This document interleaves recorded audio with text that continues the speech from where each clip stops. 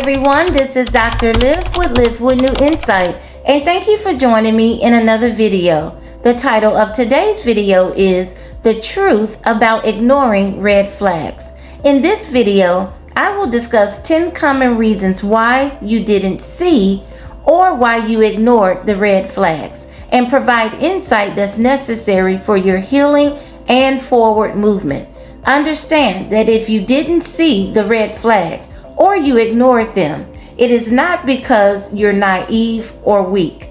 It's because you're human, you're hopeful, and you were doing the best you could with the emotional tools you had at the time. If you've ever stayed too long, loved too hard, or made excuses for someone who did not deserve you, this video is for you. Here are 10 reasons why you ignored the red flags. Number 1, you wanted to believe the best in the person. You wanted to give them the benefit of the doubt, to trust that their intentions were good even when their actions were questionable. You saw potential more clearly than you saw reality. Number 2, you believed you could change them or fix them. You thought your love, loyalty, and consistency would inspire them to make positive changes. Number 3, you needed to be loved, cared for, and valued. You wanted companionship and emotional security. Number 4, your self-esteem and self-worth became tied to the quality of the relationship, even if you weren't fully aware of it.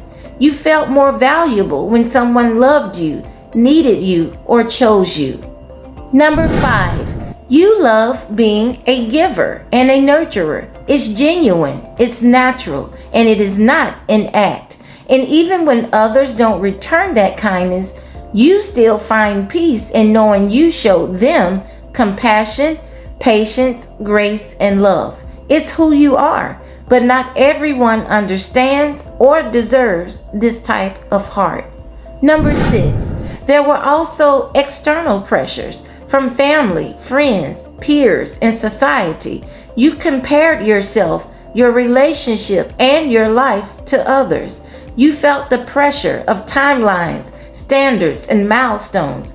And even when those expectations weren't met, you feared being behind, late, or even unworthy. Number 7, you felt sorry for the person. You knew they were toxic or inconsistent, but something about their story or their pain pulled at your heartstrings. Number 8, you convinced yourself you could separate the chaos and dysfunction from the person, and that you could love them through their madness. Number 9, you convinced yourself they needed you. You felt responsible for their well-being, and the deeper the relationship became, the stronger that sense of obligation and responsibility grew.